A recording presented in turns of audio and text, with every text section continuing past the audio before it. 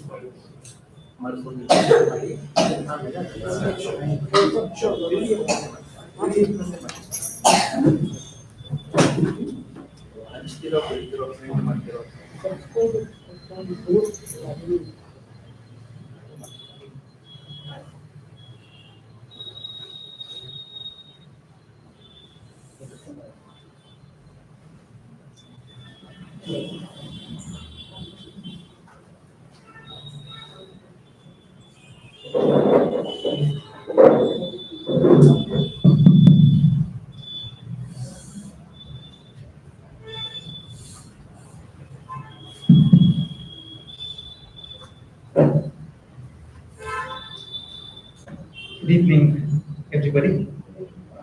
It is such a pleasure, right, to invite all of you to this month's edition of Science Energy.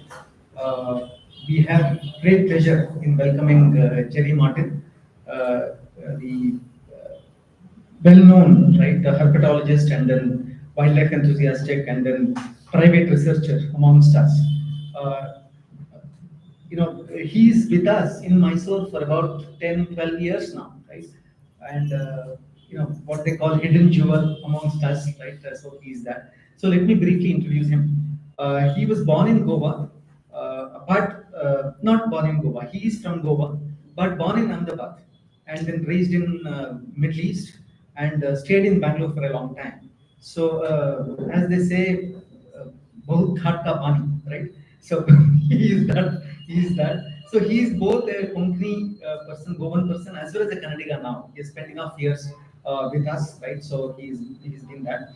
But apart from that, from 1995, he joined Whitaker, right? You know Whitaker, Ramala Whitaker, who is famous for his work in king cobras, and then noted herpetologist in India. And he joined in Chennai with his Madras Crocodile Trust. Right, all of us know there is a crocodile park in Chennai, very well maintained, very well known. And he worked a long time there along with Whitaker. That's how he trained his herpetologist, being there with John Whitaker. He was also part of evolutionary genomics lab in IIC Bangalore, so he has a very close connection with the academics, right, as well, while being a private researcher. And then you know how tenuous this relationship could be many a times. One of the notable things is that since 2000, in 2000, he became the first National Geographic Channel adventurer.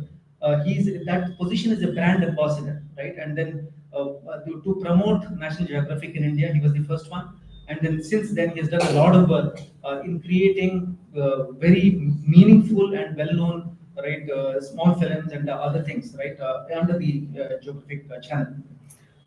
In 2010, he started an education under project Jerry Martin project with a focus on conservation and education together, right, to the general public and of course children specifically under the same umbrella with these two as objectives. Right? Now, since then, to expand all of these things, right, he has joined with his wife and set up Liana Trust Project. Right. With that, here is a brief. Right. I know I have spent only tip of the iceberg from his work. Right. It gives me so much pleasure, right, to invite Jerry Martin. As usual, we will spend about he will spend about 45 to 50 minutes talking, and after that we'll have a Q&A, right, followed by that. Thank you so much. Good evening, everyone, and thank you for having me. It's always really a very good feeling to see people interested in science. And I'm strongly of the belief that science should not be stuck to only with the academics. So my relationship with snakes started when I was a child. I was very, very young. And I've had the good fortune of being able to work with a lot of really good academics. Personally, I can't be called an academic at all because I dropped out of high school and never went back. So, so I don't have the certification, but I do have the hard work that goes with it. So we'll start with just discussing snakes or anything instead of this being a lecture type thing. Instead of this being more of a lecture type thing, I think it might be better if we.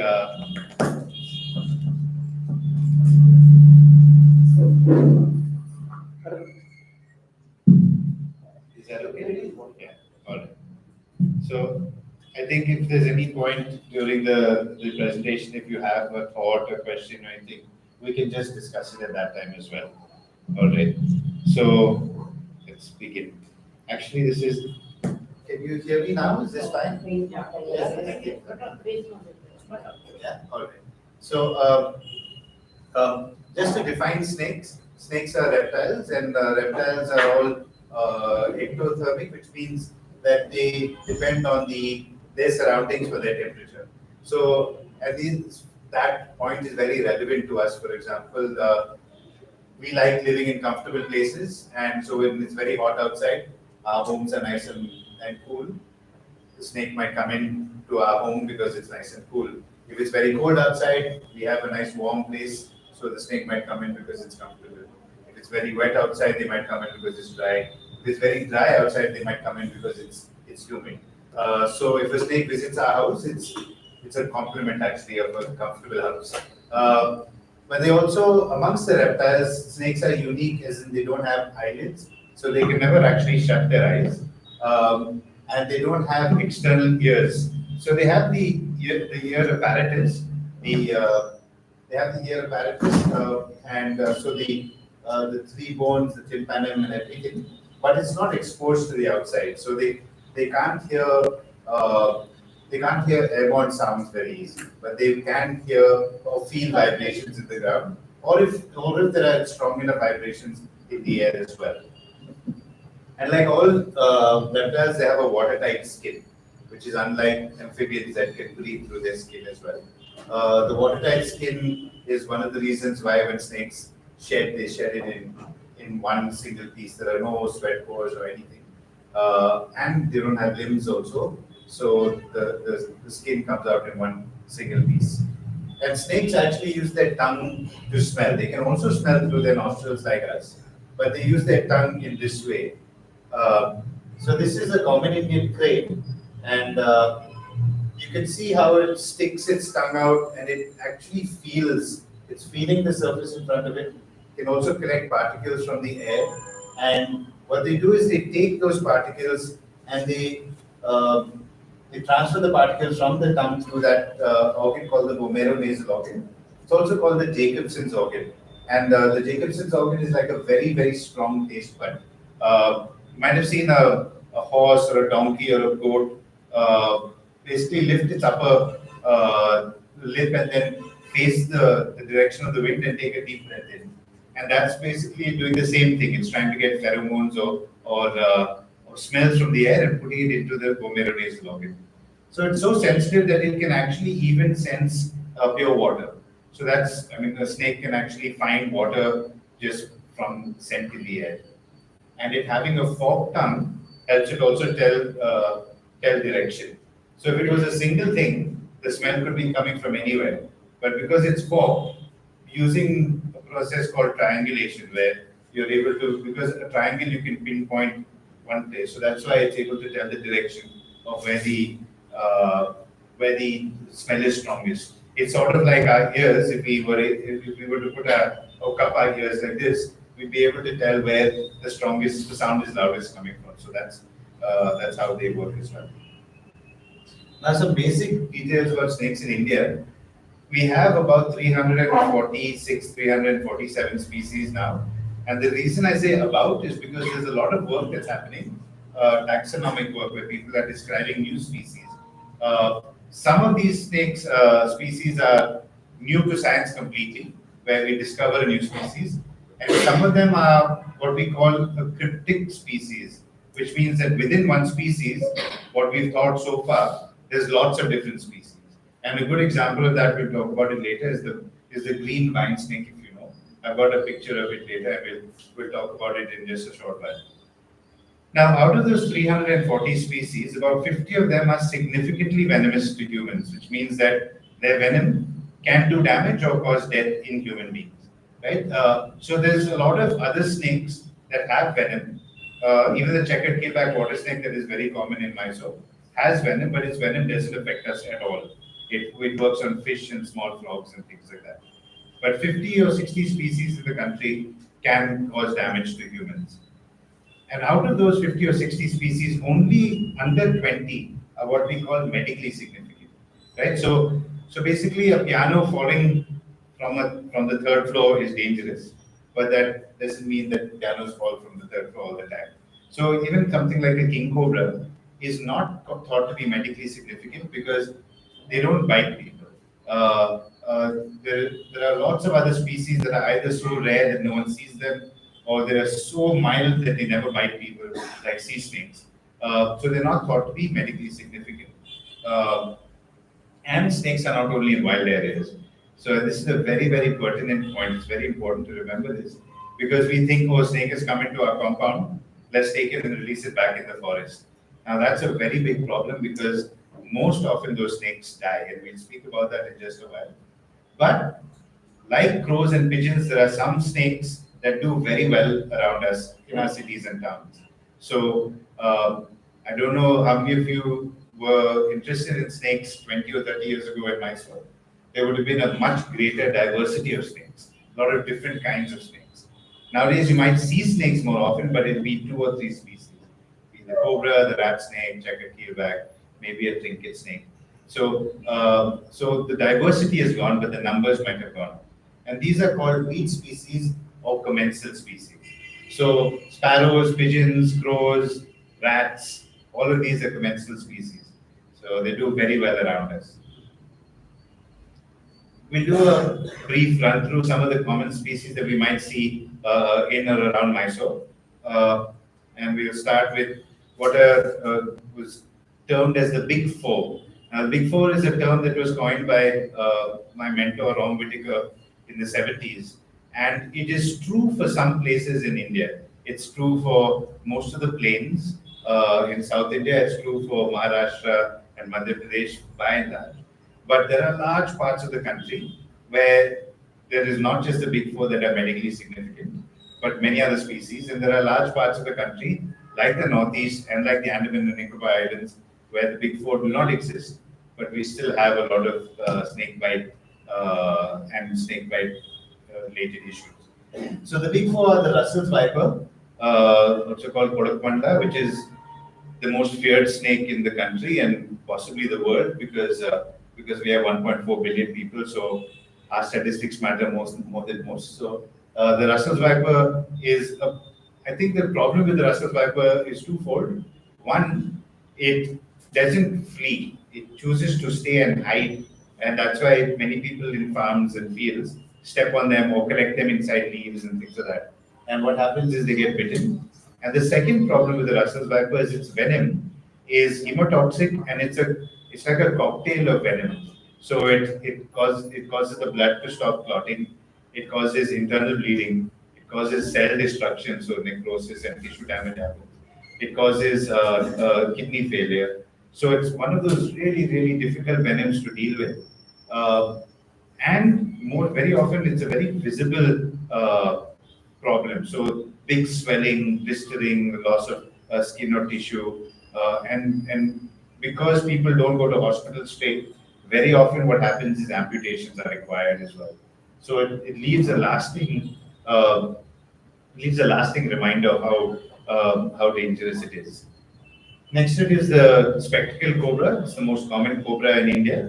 In India, we have 4 species of cobra at the moment. There's the spectacled cobra, which is the most common. Then it's followed by the monocellular cobra, which is found in Orissa, West Bengal, and then most of Northeast India.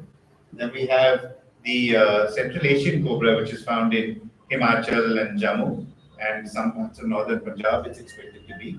And then there's the Andaman cobra. So those are the four species of cobra in India. The king cobra is actually not a true cobra. It's in a different genus all to itself. Recently, the king cobra has actually been split out from one species to 4 species, but I think with more research, there will even be more species than that. The saw-scale viper is a snake that used to actually be quite common, I think, before the ring road came around Mysore. But in those areas, especially the rocky, open, scrubby areas, there used to be saw-scale vipers. It's a small snake, and it does cause damage and it can cause death. But it's one of those species that's quite easy to deal with because you have a fair amount of time to get to hospital, and it's very treatable. Then there's the common Indian crate. Interestingly, when this photo was taken about 6 or 7 years ago, I thought that this was a common Indian crate. But research that we're doing now has shown that this is actually a different species. It's found here in Mysore. This is one that I found at home. And we're naming it after Ram Whitaker because of all the work that he's done. Its venom is also quite different from the common Indian crate. So hopefully this work will be published in the next 3 to 4 months. Now, not really in Mysore, but around Mysore. So we find the bamboo pit viper in Kaveri Wildlife Sanctuary. We find it around Ramnagara, Melkote. So rocky areas, we have the bamboo pit viper. It is a medically significant snake, but if the first aid is done properly, the only thing that should happen to you is you should have swelling and pain for about a week. So you shouldn't have any further thing. When we'll talk about the do's and don'ts of first aid as well. Then up in the Western Ghats is one of my personal favorites is the Malabar pit viper. It's very common in coffee and tea estates, and coffee and tea pickers get bitten quite often. It's got a very highly cytotoxic venom. Cytotoxic is damaging cells, and because of that, combined with poor first aid and a lot of local remedies, there's a lot of permanent tissue damage, and people lose digits quite often because of how they've dealt with it. And then there is a particularly important snake called the hump-nosed pit viper, and I think the nearest hump-nosed pit viper will be in Nagarhole, the Veerausnali side. You do find them as well. Now, in 2003, there was a hospital in Kerala called the Little Flower Hospital in Angamali, and the doctors there were reporting a very large number of saw-scale viper bites, and the saw-scale vipers were causing kidney failure as well. So there were 2 problems with this. For one, in that area of Kerala, there shouldn't be saw-scale vipers, and secondly, saw-scale vipers are not supposed to cause kidney failure anywhere else. So on inspection of some of the snakes that people were bringing in, it turned out that it was actually the hump-nosed pit viper. And that's when the first thing of this whole big 4, it's none of these 4. That snake actually blew up this whole, or burst open the whole concept of the big 4. And since then, there have been recorded deaths and everything as well.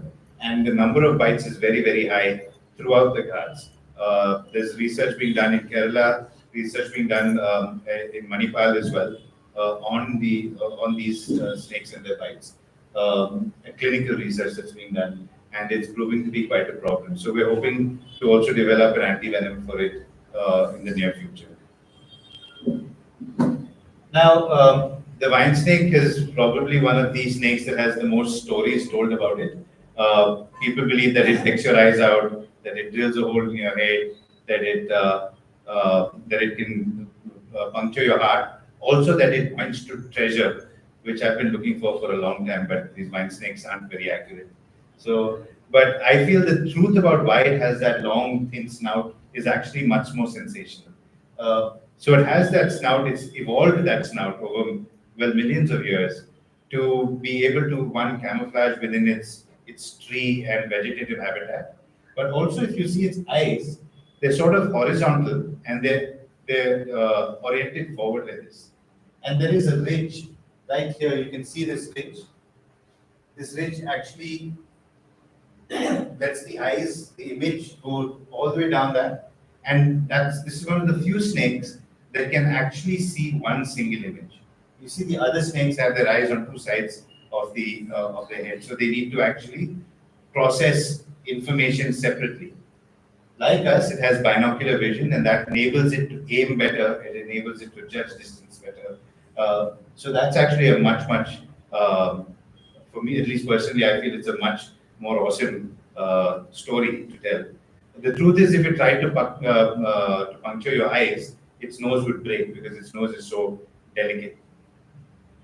Next to it is the common cat snake, which 20 years ago when I first started looking around Mysore as well, I used to find quite a lot of this species.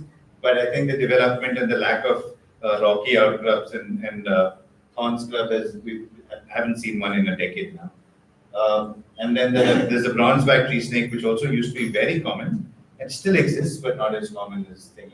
Also, another colorful story about the bronzeback tree snake. In central India, they believe that after the bronzeback tree snake bites, it goes up on a tree and waits for the person to be cremated and then recalls its venom. So the logical thing to do would be to make a fake funeral pyre to fool the snake. And of course, the person is saved by the fake funeral pyre because the snake has recalled its venom. It's actually a completely non-venomous snake. It has no venom at all, not even for its small prey. The vine snake and the cat snake are both rear fang snakes that do have venom as well, but the venom doesn't affect us. Now, this used to be called Ahedula nasuta, the green vine snake, and all over South India we thought we had one species. Funnily enough, we don't have any Ahedula nasuta in the country anymore. It's only found in Sri Lanka. Here, this one is called Ahedula oxyrhynchus, I think now. We can still call it the green vine snake, but I think Ashok Malik, who's written up who described these new species, has suggested common names as well.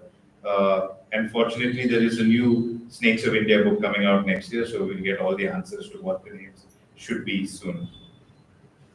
Now, these are all wolf snakes that are all found in Mysore. The one on the left is a barred wolf snake. Then it used to be called the common wolf snake. There is a common wolf snake as well, but that one is now called the Anamalai wolf snake. And this is the Travancore wolf snake. They're completely non-venomous snakes. Unfortunately, they're quite often mistaken for kraits and killed. But they're called wolf snakes because, like a dog or a wolf, they have large teeth in the front of their mouth, lower and upper jaw, like the canines of a dog or a wolf. And they use those teeth to hold on to geckos. The lizard that you see in your house. If a snake tries to grab it, very often what happens is the gecko can escape because it allows its skin to tear. And its skin regrows quite easily, just like its tail. But with those enlarged teeth, they're able to hold on to the gecko much easier. And they use constriction to kill the geckos quite often. But if they can swallow the gecko without having to kill it, they will. So I have quite often actually seen wolf snake moving around, and then a gecko wriggling inside it every now and then. Looks like a strange kind of dance sometimes. This is a banded kukri snake. It used to be fairly common, but even when it was fairly common, it was very hard to see them. They live just underground, but not deep underground, and they also come out very late at night. Interestingly, kukris will find the nests of ground nesting birds, and they've got a very strong rostral, the front scale, and they use it to actually break into the egg and bring up the yolk. There's a related species in Taiwan, also a kukri snake, that is the only snake that we know of that actually competes for a resource. So the males, they'll actually fight, they'll actually combat when they find a bird nest. But all the other snakes that we know of combat only for the right to mate. So it's only male combat in all the other species. Speaking of male combats, this is the rat snake. Around here from March to July, there's a very good chance that you might, if you live near an open maidan or a grassy area, there's a good chance that you might see rat snakes combating. So those are two males, and there will be a female or the smell of a female somewhere nearby, and they basically will combat for the right to mate. And they're also very aquatic. In fact, we call them kerehau, which means lake snake, which is a very good description. But this is a snake that if you have around, should never be moved. It's our best friend. The best thing about them is they're gluttons. They eat everything that they can find. They'll eat small Russell's vipers, small cobras. They'll eat lots of rats, frogs. So they're either eating out the other possibly venomous snakes or competing really well with all the other venomous snakes. So if you remove a rat snake from a place and you move it somewhere else, what you're doing is you're emptying out that space for another snake. It could be another rat snake, but it also could be a cobra, it could be a Russell's viper. And secondly, you're removing something that is using up a lot of those resources. All the rats, frogs, small birds, other snakes, the prey species of a lot of other things. So never move a rat snake if it's near you. It's a great snake to have around. They're also quite comical. They do some really silly things sometimes. So rat snakes, especially if you have bioweaver birds' nests, the number of rat snakes that I've seen trying to get into them, and I think out of all of them, I've only seen one ever succeed. Most of the others spend a long time trying to get into the nest and then either fall or leave looking very sheepish. These three species we find in Mysore, in the city. The green keelback we find more around Chamundi.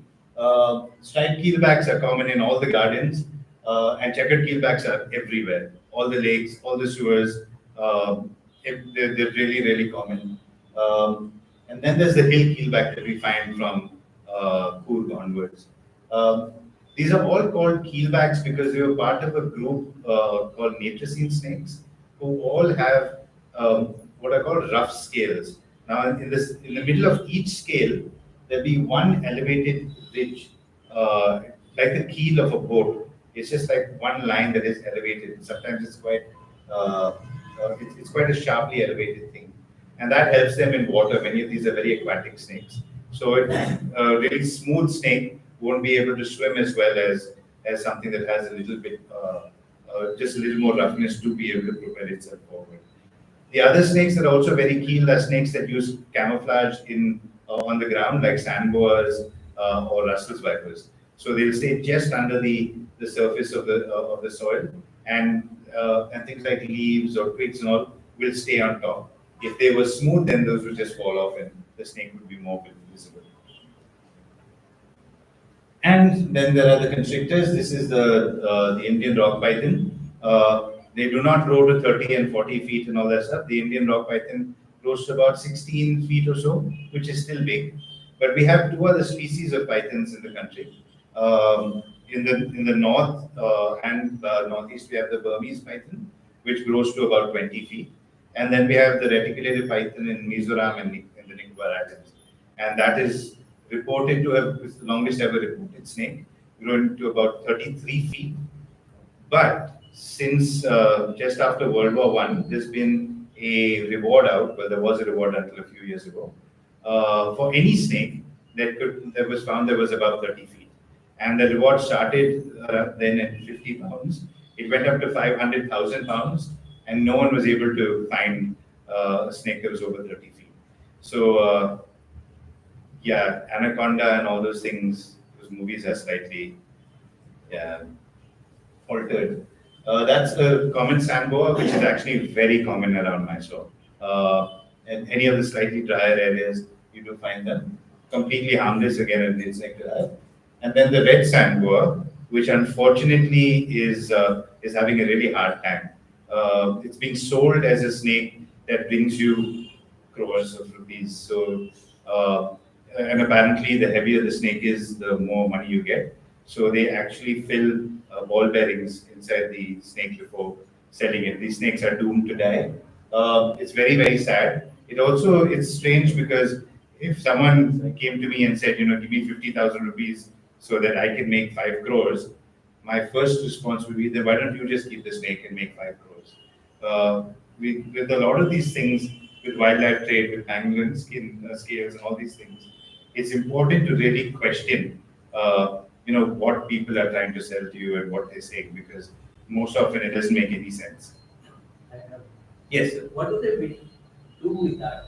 They want to sell it? It's supposed to just stay in your house. It's a vastu type thing, and apparently it brings in a lot of money. I'm still paying EMIs on my XL6, so yeah, it doesn't work. So I don't have money also.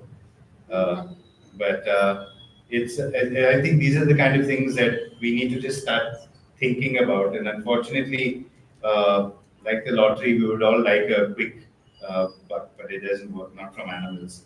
So, and that brings me to a very important point. So we don't see snakes as animals. And I think, I feel that this is a very historic thing. A long time ago, it would be very difficult to explain how a snake killed you. When an elephant kills someone, it's very obvious how the person has died. But if an animal that's that big can give you a cut that's so small, and the person dies, there must be something supernatural about it. And I think from that, all the myths, legends, fear, superstitions have all come from that lack of understanding. Today we know a lot more about snakes, and I'm not saying that we know a lot about snakes. There's still a lot to learn, and we're still just about scraping the surface on what there is to know and understand. But we do know that they are not celestial beings, and we definitely know that they do not guard treasure or the gates to the underworld for that matter. But they are just animals like our dogs, cats, tigers, or any of the other animals. And venom having a mythical form, all the remedies should also be mythical. So there's all kinds of very, very strange things, from getting beaten with neem leaves to making people puke, and tying a stone tightly to your head so that the venom doesn't go up to your head and things like that. So unfortunately, we still have a long way to go on the awareness that needs to go around snakes. The other thing is, I'm guilty of this right now. I'm still saying snakes, but that would be like saying birds, right? So, but a crow is very different from an ostrich, which is very different from a vulture. Similarly, a cobra is very different from a checkered keelback, which is very, very different from a blind snake. So we need to start thinking about them as different species. So having a rat snake around is a great thing. Having a Russell's viper around might be a problem if we're not careful. And when people ask me a question like, what do snakes eat? They eat everything from being as specialized as eating only snail eggs to a cobra that will eat anything that it can swallow. So different snakes need and do different things. So it'll be great if we start thinking about them as individual species. And I think because of this misunderstanding, there's a lot of fraud that happens. This gadget was, I don't know if you've seen it, a few years ago, there was a really, really amazing video that was making the WhatsApp rounds. And it claimed that you could take this gadget, you could walk into a field and put it there, and it would chase snakes away. So it would be great if we had this, because then it would keep, our 700 million farmers or so quite safe. But when we approached them, the company that was marketing this thing, and asked them about details, they were very closed about it. Finally, they said that it gives out a high frequency, high pitch pulse that scares snakes away. The snakes can't hear that pulse, so there's no reason why it would scare them away.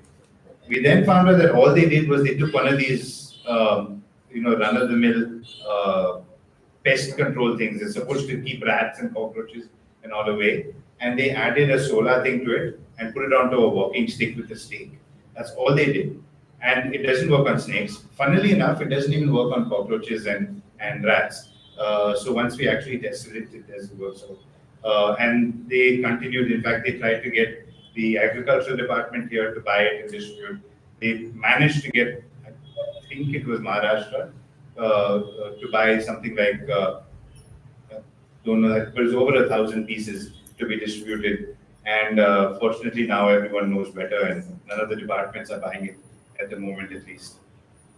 And then of course, there's a lot of nati aushadhi that goes with treating snake bite, which is a big problem because very often it causes more damage.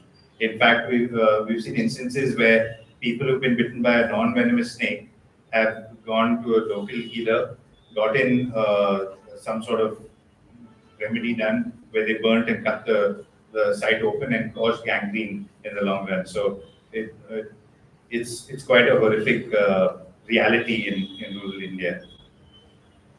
We move on to snake rescue, which is very relevant to us in cities because this is the first thing that we do.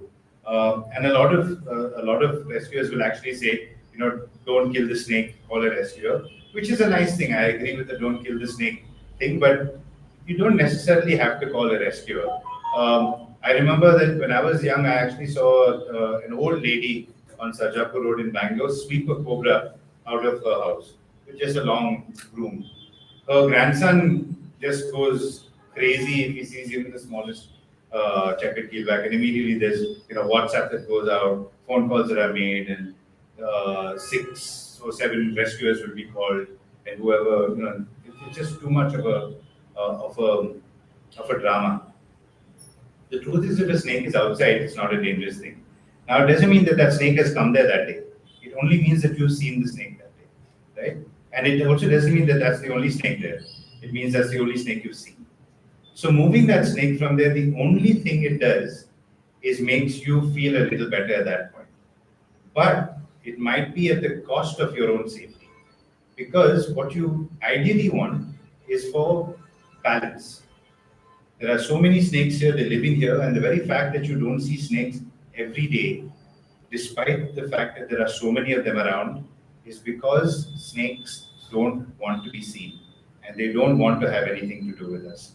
We are not the center of every animal's universe, or actually we're not the center of any animal's universe, come to think of it, aside from our dogs. So even our cats like to do other things quite often. But with snakes, we really need to start thinking about it logically. And the logic is, and this is good news and bad news depending on your perspective, there are lots of snakes around us, right? If you see one cobra, it doesn't mean there's 1 or 2 cobras there. It means there are dozens of cobras there. If you actually see a viper, it means their densities are usually very high because they don't move very much. So they need to have high densities to survive, to be able to breathe and everything. So we see a lot of snakes. So we have a lot of snakes around, but we see very few snakes. So when we remove a snake from that area, and that becomes a practice where snakes are regularly removed, what happens is the prey species in that space will start breeding much, much faster. And there'll be much more of the frogs, the rats, the various birds, whatever these snakes are eating. And they'll reach a point where our space will become more inviting. It'll be a great place, fantastic real estate for snakes to move in from other places.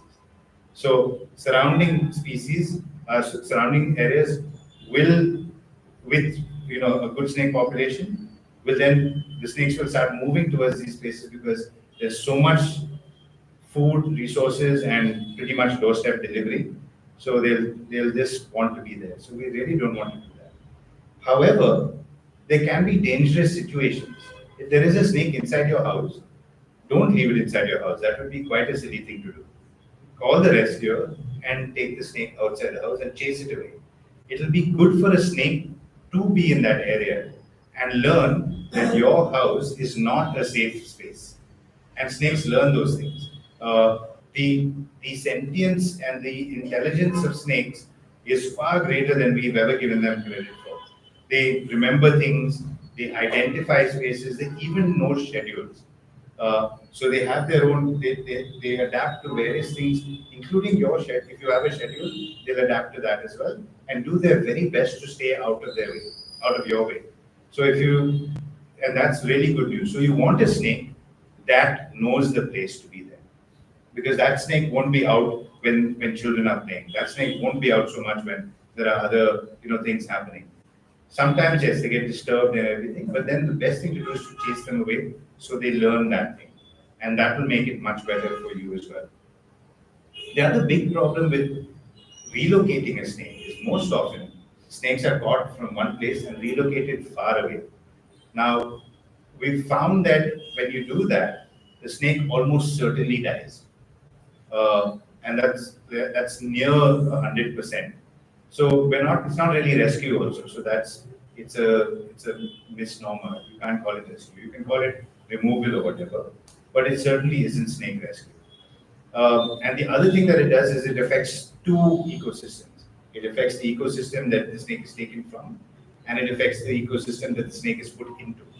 So it's a really big problem that way. And again, for this, there are no easy solutions. So it's something that we have to learn to live with pretty much. So like we've learned to live with traffic. Funnily enough, we don't have such a problem driving to Bangalore, even on the new expressway, where statistically and functionally it's a lot more dangerous than living with snakes around us. It is really, really terrifying. So some of the most dangerous jobs in our country nowadays are not snake rescue and all those things. It's being a driver doing intercity travel, because that's really, really high risk. But we don't think about that at all. And that should show us that what we're actually dealing with is not fact, it's not statistic, it's not logic, it's just our own fear and stigmas that are, we're dealing with not 10 years, 20 years, 50 years, or 100 years. We're dealing with centuries, generations of stigmas, and the fact that India faces a very, very high level of snake bite. We'll talk about that in just a bit. Now, I'll show you some videos. This is a cobra, and if I'll play it again, you'll see it's actually not opening its mouth. It's just slapping, and it's doing its things to all that they possibly can to chase away whatever they see as danger. So this is not an angry snake. It's a scared snake. It's defending itself, right? It's also not a normal cobra. Whenever we say the word cobra or hear the word cobra, the first thing that comes to mind is the hood spread. But that's not a normal cobra. A normal cobra is a very relaxed snake, no hood. It takes a lot of effort and energy to spread the hood. But the hood spread is a snake that is traumatized, that is scared, and is trying its best to look bigger and trying its best to ward off whatever threat it's feeling. But you can see a Russell's viper here as well. And the problem with slow motion is you have to wait. But Russell's viper relying completely on camouflage. Okay, it's so close to the thing. It's not biting. It's not throwing the first punch. It'll just stay right there and it doesn't strike at all. Then you have, and we did a study looking at what makes Russell's vipers choose to either camouflage themselves or flee like this one. And we found that males during the breeding season are not within their home range. They've moved out in search of females. They go back to their own range after that. But at that time, they're much more eager to escape rather than hide, because they don't know the place very well. And then this is a very, very lucky person who actually steps on a Russell's viper. But this Russell's viper was woken up from its sleep, so its aim wasn't so good, and it misses. And then after the foot is removed, it's not angry and it doesn't say, "Oh, you stepped on me, I'm going to bite you." The moment it's free, it leaves. And then about 10 lakh times every year in this country, not just by Russell's vipers, but all kinds of snakes, there is an actual incident where a person gets bitten by a snake. Now, if you look at this carefully as the foot approaches, you see the snake first will move back a little bit, watch its head. Then he'll move back a little bit. Then when the pressure is there, it looks at the foot and then bites. It's a very reactionary thing, right? It's not something that the snake is going forward to do. And just if you're wondering, we were never able to get insurance for this person. So no, that is a prosthetic limb. It's not a real foot. So But this is in real time of a snake that wants to bite something. So you'll have to pay very close attention because it happens very fast. Okay, now. You can see how fast, how focused, and it bites, it holds on to the rat and it really clenches down. It's pumping venom into it because venom is there for it to be able to subdue its prey. The venom is the evolution of venom happened so that they could, an animal with no limbs was able to capture prey efficiently. Now in India, we lose about 58,000 people every year to snake bite.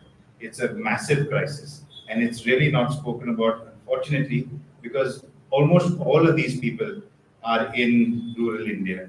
About 1.5 to 2 lakh people suffer what's called a permanent loss of life function or permanent morbidity. It could be tissue damage, it could be the loss of a limb, kidney failure, and we've just started assessing the mental health implication and impact of snake bite, both for survivors as well as families that have lost loved ones.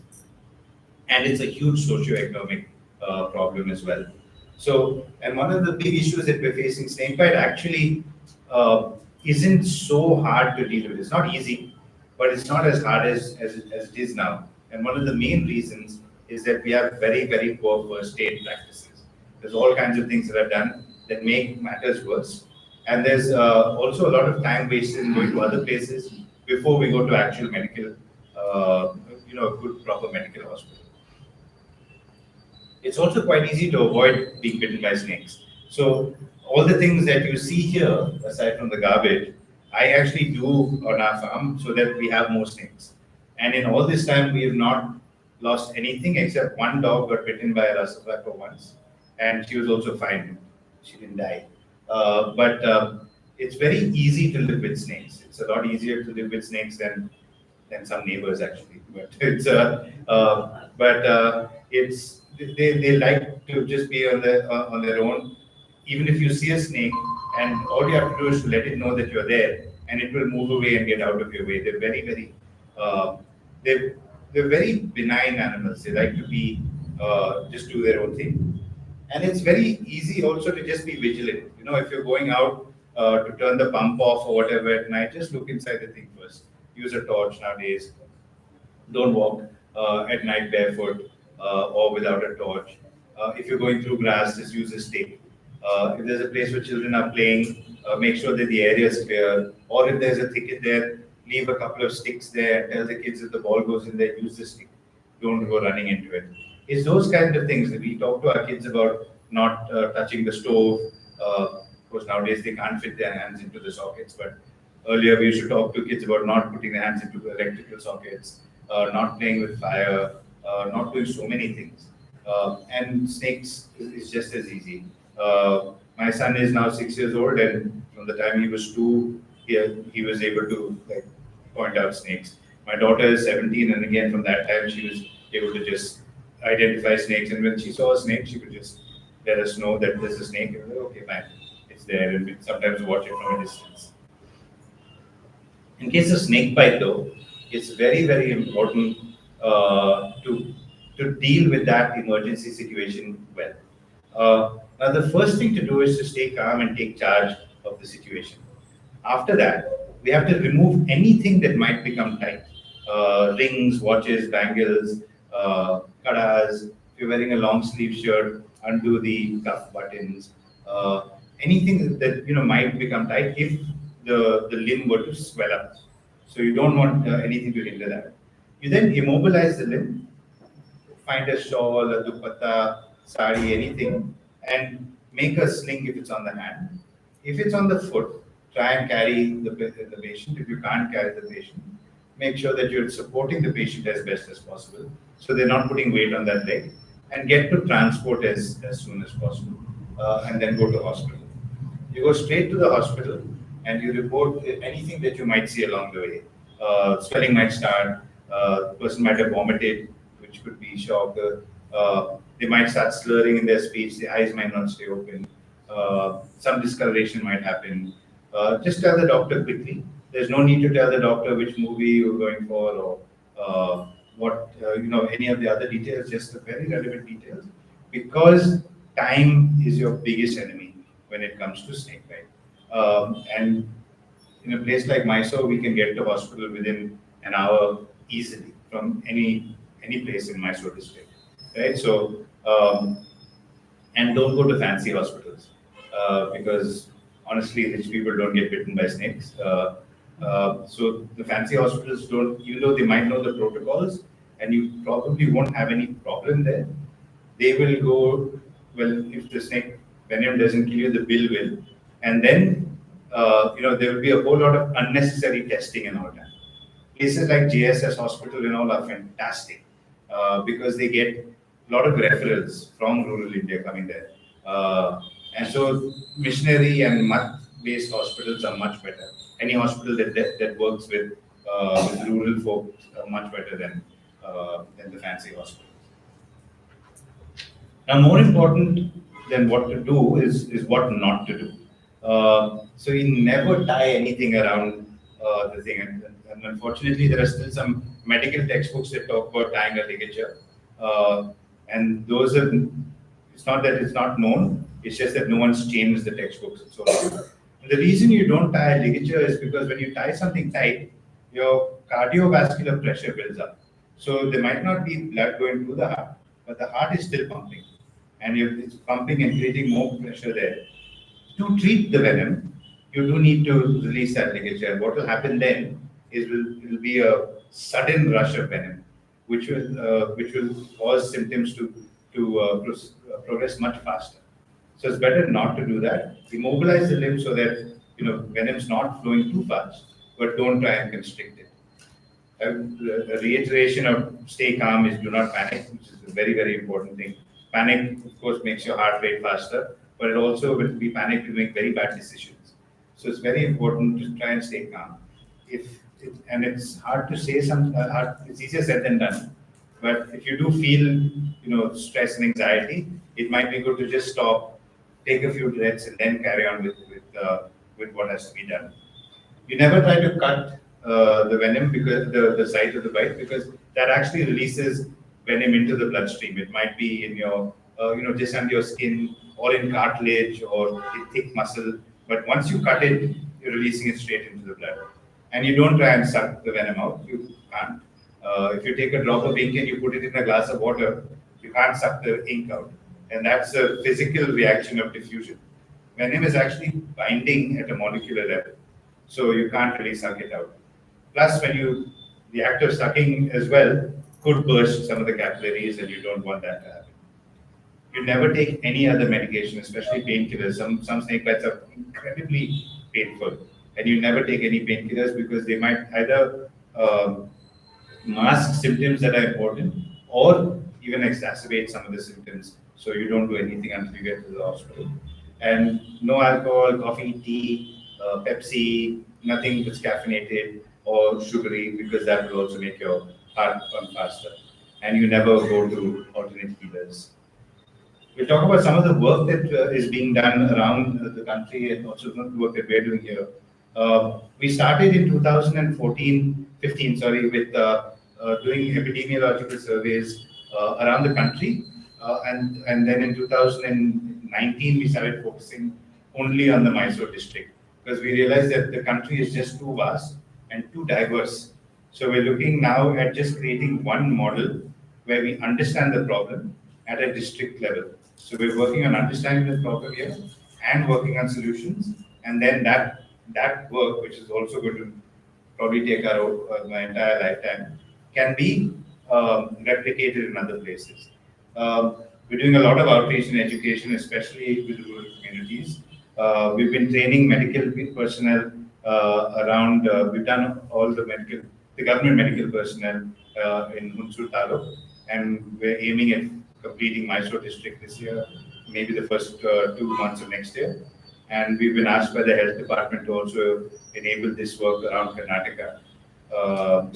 With the Evolutionary Venomics Lab, who we collaborate with, we've been doing a lot of venom research and anti-venom development as well. So we distributed gumboots, 1,200 pairs of gumboots, and then we assessed, the impact. We found that unfortunately, less than half of the gumboots are actually being used. The others are still very clean. And it's primarily because it's very difficult to wear gumboots in rice fields.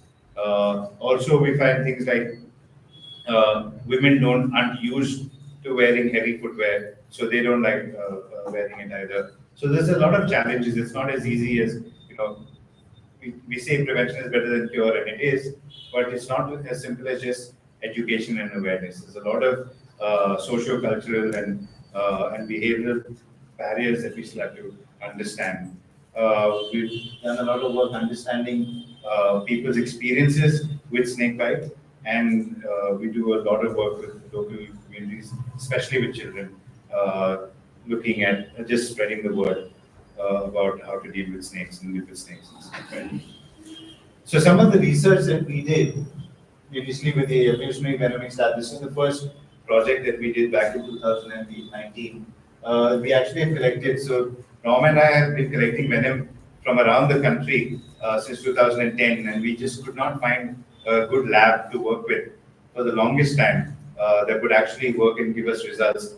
And then in 2017, Dr. Karthik Sunagar came back and set up the evolutionary venomics lab at the Indian Institute of Science. And like almost magically, within the next 3 months, we started getting results. And since then, in just over 6 to 7 years, the amount of research that's been done has been tremendous. So this is, on the left, there's a thing called the median lethal dose. It's the measure of potency, how strong a venom is. And it's done by injecting mice with a certain quantity of venom. And the amount of venom it takes to kill half of those mice is called the median lethal dose. So if you look at this, if it takes more venom, that means it's less potent. If it takes less venom, it's more potent. So Bungaris ceruleus is the common Indian crate, which was thought to be the most toxic snake in the country. But if you look above it, Bungaris sindanus, which is the synth crate, has a almost 3 times stronger venom. And in Karnataka, we find it in Bellary and northwards. I expect it to be in Tumkur also, but we haven't determined that yet. And then you see a lot of the other ones, like Naja Kautia from West Bengal is the monarchic cobra, which is quite toxic. And then Maharashtra, the respective cobra is less. At that time, we hadn't got permission yet from Karnataka, so we don't have any of those details here. And if you see the median lethal dose, it's the amount of antivenom that is required, the amount of venom that's neutralized with a set called nuclear antivenom. So again, if it's less, it means that it's not being utilized much at all. So the SIP crate not being utilized, the common crate from Punjab, sort of almost there. The Sorturex saw-scale viper is really neutralized well, but that's because that venom isn't designed for mammals anyway. It's designed for scorpions and other insects and invertebrates. So it's not even very potent. The saw-scale viper from Maharashtra works okay. Arunachal Pradesh, monastic cobra not neutralized at all. Monastic cobra from West Bengal not neutralized. It's so a big problem. And we found that even for the species within the country, the same species. So if you look at the green, the cobras in West Bengal, the venom is not getting neutralized. In Madhya Pradesh, it's not getting neutralized. Up in Himachal and Punjab, nothing was getting neutralized. And around the Chennai region, it was sort of okay. Maharashtra and Andhra, it's working quite well. But there's just a lot of problems that are going around with snakes and snake bite in the country. One of the most exciting things that we've done is actually try to answer questions about the why side of things. Why are there so many Russell's vipers in a field? Why are so many people getting bitten by Russell's vipers in our area? When it comes to venomous snake bites, it's like 96% Russell's vipers. And we just don't know why. We're still trying to understand it. And one of the things that a person named Dr. Murray put very well is he said that if you try to understand and solve snake bite without understanding snakes, it's like trying to solve malaria without understanding mosquitoes. And Sort of right. It's slightly a bit of a stretch, but it sounds very good. But this is where I live, and across the lake, you can see that there's a lot of water bodies. There's plantations, fields, and a lot of waterways as well, canals. Now, the place is filled with Russell's vipers. There have been times where we've gone out and found, 8, 9 Russell vipers in one morning. There was one coconut farmer said that he cleared one pile of berries in one morning and killed 7 snakes, so 7 Russell's vipers. So they're very, very common. And they're very common because if you look at it, there's a Russell's viper. This is one of the snakes that we were following. There's a on coconut fronds, where you can actually go in great shelter. The temperature stays nice inside. It's nice and humid but not wet. Next to it is a rice field that's filled with rats. It's like having a new layout with Swiggy. So it's a great place for them. And unfortunately, because there's such a high level of Russell's vipers, and people are still working manually in their fields, there's a lot of conflict. So the snake bites are common, and snakes getting killed is very, very common. So what we spoke with various people in the community, and we said that if they found a Russell's viper in their field, we would come and get it, and with their permission, if they were okay with it, we would put a transmitter in the snake and release it back in their field. So we found Russell's vipers. We brought them in. We took measurements, various details of the sex, the size, the breeding stage, and then we surgically implanted those transmitters. The transmitters are put inside the body, about 75% of the length from the snout to the vent, not including the tail, because that's an area where no vital organs are, and it's put under the rib cage, and the antenna is then fed into the skin. And the snakes are actually absolutely fine as soon as they wake up from their anesthesia, because we seal up the hole completely, and they heal in a couple of weeks. There was a pair of mating Russell's vipers that we found together. We took them in, and in about 5 hours, we finished both the surgeries and we released them again. And about 20 minutes later, they started mating again. So they were absolutely fine, and there was no change in behavior. But it enabled us to see them in places that we would have walked past them. So Russell's vipers rely very, very highly on camouflage and stealth. So it's very hard to find the same snake again. So but to be able to make a scientific statement, what we really need is so if I see a Russell's viper doing cartwheels, I can't say that Russell's vipers do cartwheels. I can say I saw a Russell's viper doing cartwheels. But if I see the same Russell's viper doing cartwheels every Thursday, I can say that Russell's viper does cartwheels every Thursday. But if I have 30 Russell's vipers that I'm following, and I say each of them doing cartwheels on Thursdays, then I can say Russell's vipers do that. Unfortunately, what happens with snakes, or many animals actually, we see something happening once, and then we broad brush it across everything and say this is what they do. But to do it statistically and make it scientifically robust, you do need what's called a large enough sample size, and you do need to be able to record those things with a high enough frequency to show a pattern. And that's what we did with these. We had 30 snakes, or we had 29 snakes. We never did the 30th one. 29 snakes that we would follow every day. We would go out and find what they were doing, and we would mark where they were, what they were doing, the kind of environmental parameters that they were, and the kind of microhabitat parameters as well. What are the kind of niches that they were maintaining? And we also combined that with what people were doing in the nearby areas. So just the presence of a Russell's viper and people actually does not increase risk. So there were many times where we saw people working in one field and a Russell's viper in another. And as long as they were not approaching the Russell's viper, there actually was no risk. But things like harvesting, where they're moving within a field, moving towards a thing, that really increases risk. The breeding season is a high risk time, which is in our area, well, in this region, from late October to early December. The birthing season again is another time when you see a lot, especially of young ones.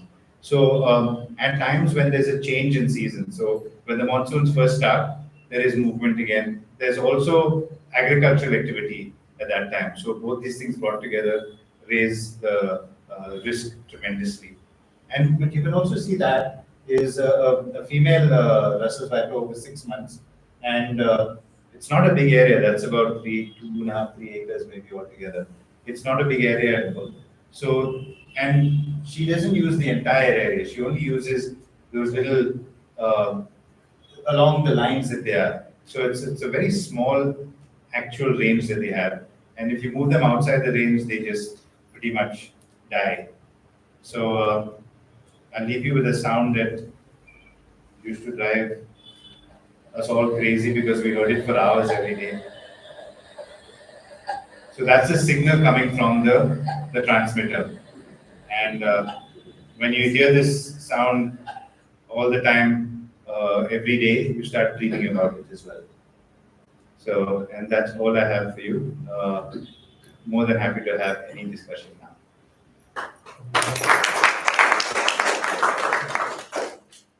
Yes. Suppose if there is any snake eggs that we don't know, how do we know if it's venomous or non-venomous? Eggs, is it? Eggs are different. For example, I don't know a specific snake which is what. Okay, all right. Okay, so that there's no rule, unfortunately. You have to know what species or at least what group of snakes it belongs to. So all vipers are venomous, all cobras are venomous, all cranes are venomous. But you'll see on the internet if you if you Google venomous and non-venomous snakes, you'll have these rules that if the eye is elliptical, then it's venomous. If the eye ball is round, then it's not venomous. So that's true only in England. All right, and that's because England has 3.5 species of snakes. And I say half because one snake recently in the last few years came over from Europe, and England, just like its cricket team, will take anyone. So they've got the adder, which is the only venomous snake, and it has an elliptical pupil. All the others have round pupils, so that's easy. In India, in Mysore alone, the cat snake, the Russell's viper and the Sanje viper all have elliptical pupils. So the cat snake is not venomous to us. Russell's viper and Sanje vipers are venomous. Cobras, checkered keelbacks, striped keelbacks, trinket snakes all have round pupils. Cobra is venomous the other. So we don't have any rules in India because we have so many species and such a high diversity. So you really have to know which one it is. There's a really good app made by indiansnakes.org, and you can download it, and it also has good filters because you can put your location, and then you can even put filter of green snake or other thing, and it'll give you suggestions of what snake it could be. So that's a very, very good one to have. Yeah, so that's the best way to identify snakes. Yes. You said that there are lots of snakes around, but we don't see them. Yes. Okay, so suppose I just want to see a snake. What would be the signs that I should be looking for? So that's a slightly tough one. So I don't know if you've heard of the Irudar tribe from Chennai. Yeah, so they're really amazing at tracking snakes, and I've spent years working with them. And even now they'll point out at a sign, and I won't be able to see it. So some of the signs that snakes leave are very, very difficult. But if you can recognize, a snake track sometimes in sandy areas. Of course, if there's a shed skin or snake fecal matter as well, you can see that. It looks a lot like bird fecal matter, but shaped differently. So it's very difficult in the urban areas. yes. So in rural areas, it's likely to be much better because It is a little easier, yes, especially if you have a place where tracks can be seen. yeah. So they have nothing about urban area. Is there any? Urban area, it's quite hard. If you want to find a snake, I would suggest look under building material that's stacked up, rocks or tiles, bricks. That's where they usually are. Yeah. So those kind of places might be able to find them. Yes. I believe in urban areas you have under drainage systems, which are covered. Also, ma'am, yes. So that's actually those we believe where snakes actually use as their highways because it's covered. There's also a lot of food for them in there, and a lot of access to the top So every stormwater drain goes into it, so they can come in and out very easily, and they're very secure inside those places as well. But it depends on which species of snake. So things like cobras, rat snakes, checkered keelbacks, they will use these sewers. A sandboa, a vine snake, sandboa doesn't like that level of dampness, so it'll be out more and more open areas. A vine snake will be almost always on trees. So, is So there any difference between nocturnal and daytime activity? yes, there's lots of snakes that, in fact, in urban areas with high levels of disturbance, even some diurnal snakes become nocturnal. So if you see a checkered keelback, for example, in a completely undisturbed area, it'll be quite diurnal in its behavior. But in cities and all, they become much more nocturnal. So yes. Once the snake bites a person, it's the venom tank or the venom capsule. How much time does it take to refill it, or how the venom Okay. is produced? So the venom, it's not like it's got a capsule of venom. The venom is produced in a gland that's very much like our salivary gland. So it's continuously producing it. And it also has a really large sac where it stores some venom. And the amount of venom that it actually uses is very little. So for example, for a cobra, when we extract venom, we can get, over 100, over 300 microliters, and get that, 4 or 5 times sometimes, because they have that much venom. But they don't give it out in one bite at all. So What gland actually? it's called a venom gland. Venom gland Yes, only. yes, yes. I have two questions. One, what is the pathophysiology of a patient who dies with the bitten by the venomous snake? Second, what are the outcomes of your findings of research? Okay. What are the things you are, because there are so many taboos with respect to the snake bites around us.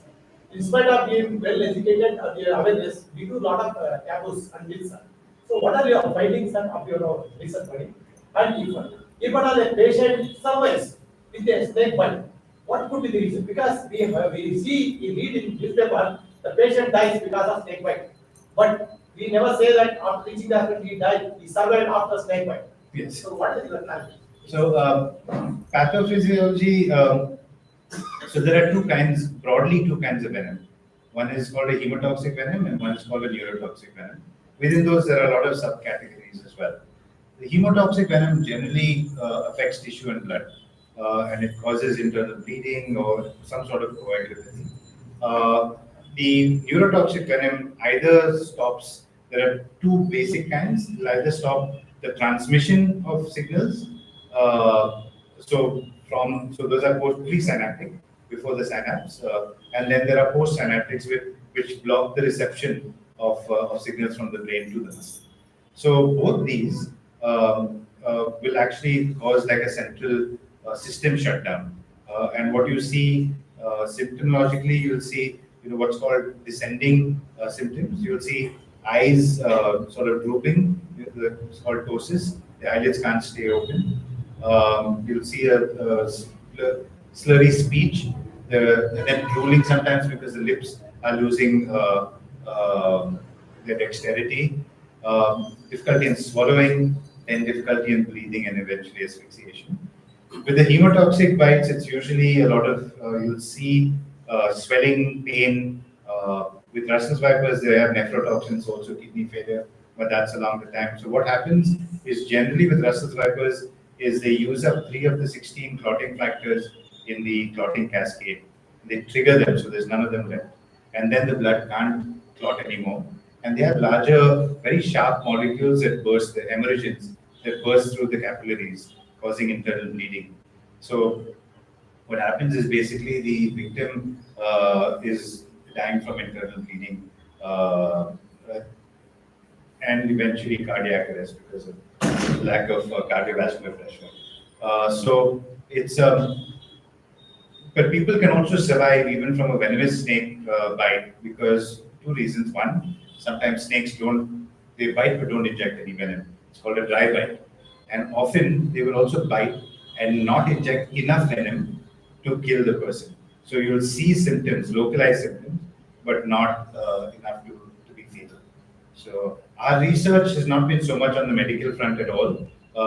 The only thing we do is work with medical fraternity to either create more epidemiological data or to help with capacity building. The research is being done in a few centers of excellence around the country on the medical side. Yes. Thanks. Any specific time of the day where we find more snake bites in rural areas? In rural areas, it's early mornings and late evenings mostly. Yes. So and then at night as well. So night when people are going out either to use the bathroom or to turn on pumps and all for irrigation, that's when there's a high incidence as well. Yes. Yes. Yeah. Sir, when we go to trekking, and when we suddenly step on a venomous snake, and when it bites, how can we rescue ourselves? Okay. Firstly, when you go trekking, don't step on a venomous snake. Okay, it's not a good idea. All right. So, but I know what you're saying. So the problem is when you're out, in a remote area, you're in a jungle or somewhere far away from a city. You can't get to medical help fast. So it's very important at that time, one, to be much more careful. Two, before you start trekking and everything, you need to have the phone numbers of people you can call, if you can call them from there, and a plan. So whenever you go trekking or camping, it's very important to have what's called a contingency plan, not just for snake bite. You could sprain your ankle, and that would become a difficult thing to manage there. So you have to figure out what's to be done. When you're doing anything in the outdoors, it's very good to be medically trained. So you go for a first aid course, you learn how to make a stretcher, you learn how to carry a person properly, you learn all these things. So that way you're equipping yourself with all the best ways to give you the best chance of making it to medical help. So I think Apollo Hospitals, there's another really good one. There's a phenomenal center for wilderness medicine at Kasturba College in Manipal. And the person who heads it is also very focused on snake bite, Dr. Preston Siru. So if you want to get trained, that's a great place to be trained. And then of course there's lots of others. The Knowles National Outdoor Learning School. They all do these trainings as well. Yes, sir.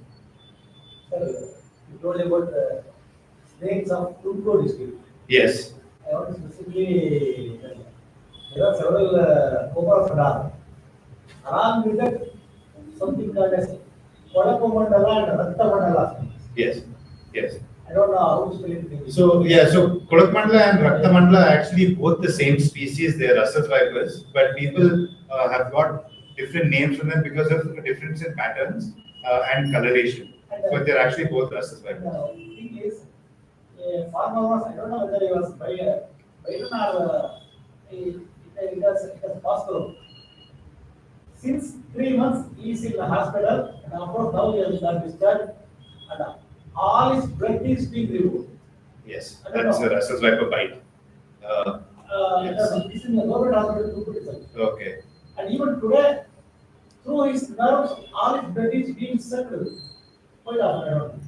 So it's not his blood won't be getting sucked through his nerves. What's happening is that there are a few things. They also have in the venom there's a thing called ribonuclease, which sort of unravels the RNA as well, and that blocks a lot of the smaller capillaries. So what happens? So it happens with Sawscale vipers and Russell's vipers, and that even after the venom is dealt with, because of the blockage to the smaller capillaries, there will be continuous cell death. So that has to be treated in a better hospital. That's the thing. So Even after 2-3 months. so we found people who've got problems and tender wounds after 3 years, 4 years, and that's because it's not healing. So they actually do need, it needs to be debrided properly, and they probably will also need some level of plastic surgery. So, but they do need to go to a better hospital, and because otherwise it could get worse. And if it gets worse, then things like gangrene and all can set in. Even sometimes he's paralyzed in some portions. Paralysis won't be a Russell's viper bite. Paralysis, He could have also had some comorbidities before this, it could be diabetes, it could be various other things that he had that could also make all these symptoms much worse. He was very healthy man. Even after this, he rushed to hospital within 2 to 3 hours. Okay, yeah. Then it is. So Moreover, is very young. that's also one of the major. We've met a lot of people who pretty much lost their youth because of snake bite. There are people who had good jobs, then got snake bite, went into depression, don't have the job anymore. There was one person who was in a software company earning 37,000 rupees. He's now manning a hardware shop making 8,000 rupees, and it's a very very hard and difficult thing that we're faced with. I feel he needs better medical treatment, definitely. I would suggest going to, there is a Dr. Nagaraj in Hoskote. I can give you his number. He is very good, especially with osteoarthritis, and he focuses on snake bites. They should maybe go to him. So, in fact, I'll just call out the number now so that everyone will just take it.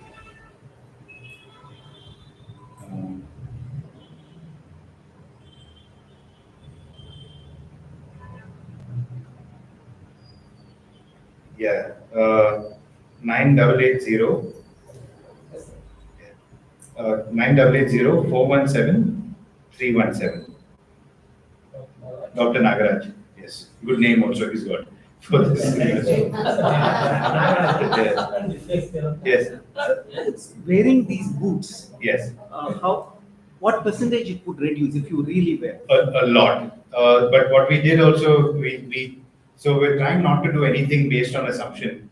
So we tested the material of these boots as well, and we found that if a cobra bites directly onto it, it can penetrate through the boot.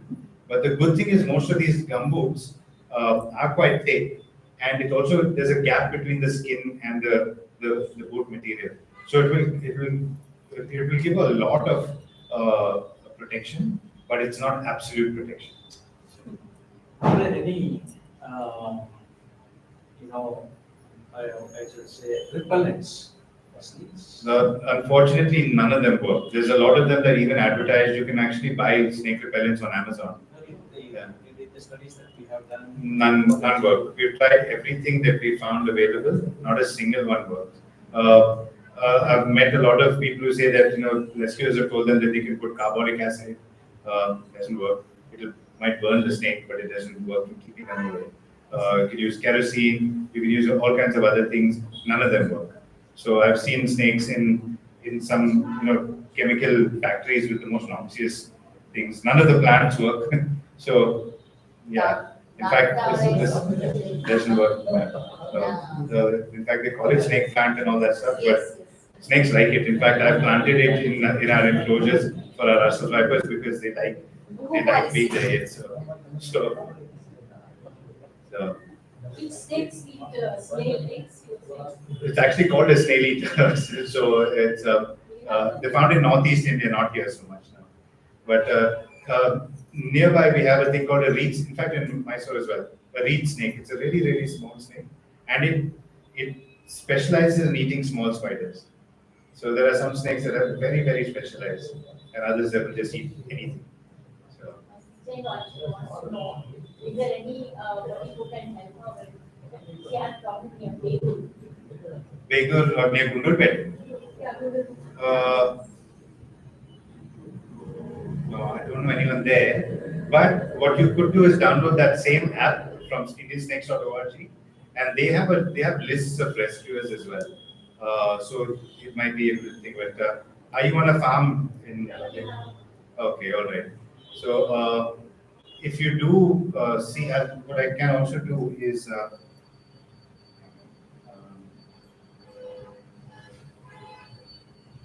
This one, if you just send a WhatsApp message to that number,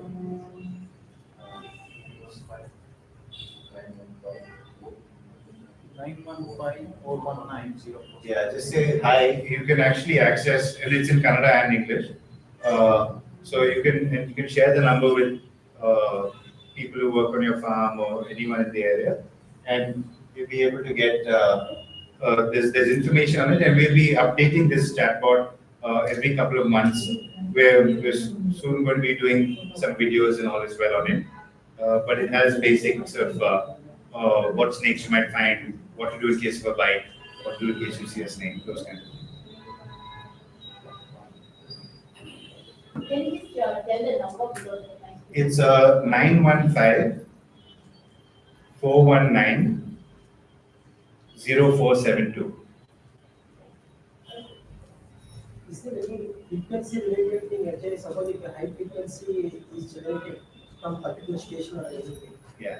So the snakes may not enter into that area. Is there such? So high frequencies don't bother them at all. They can't hear them, they can't sense them, nothing. Low vibrations might, they'll be able to sense it, but just because they sense it doesn't mean they'll go away. So for example, if there's this belief that if you stomp your feet, you're safe from snakes. If you stomp your feet, the snake might know you're there. But a cobra will move away, but a Russell's viper will hide. So you might stomp your feet and then you'll end up stepping harder on the Russell's What viper. observation I tell? Actually, there is a place actually where there is a high frequency waves are generated. So there are no spiders and there are no cockroaches, as well as there are no snake entries. Okay. Such, right? Okay. And there are the other areas like, which is next to that, where actually all the snakes and all those species are entering there.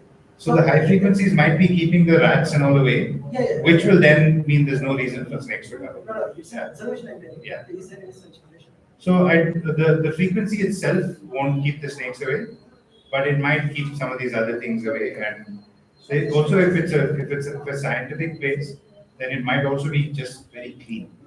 So it might not be the frequency itself, it might be a bunch of other reasons why there aren't some of these things as well. So It's not making any food over there. This is about the polyvalent antivenom. antivenom. Now that your studies, I think 2019 or Yes. something like that, you have a science study which says that even polyvalent venom Yes. may not be effective because there is a lot of diversity between the venoms of the same species of snake across. In different places, yes.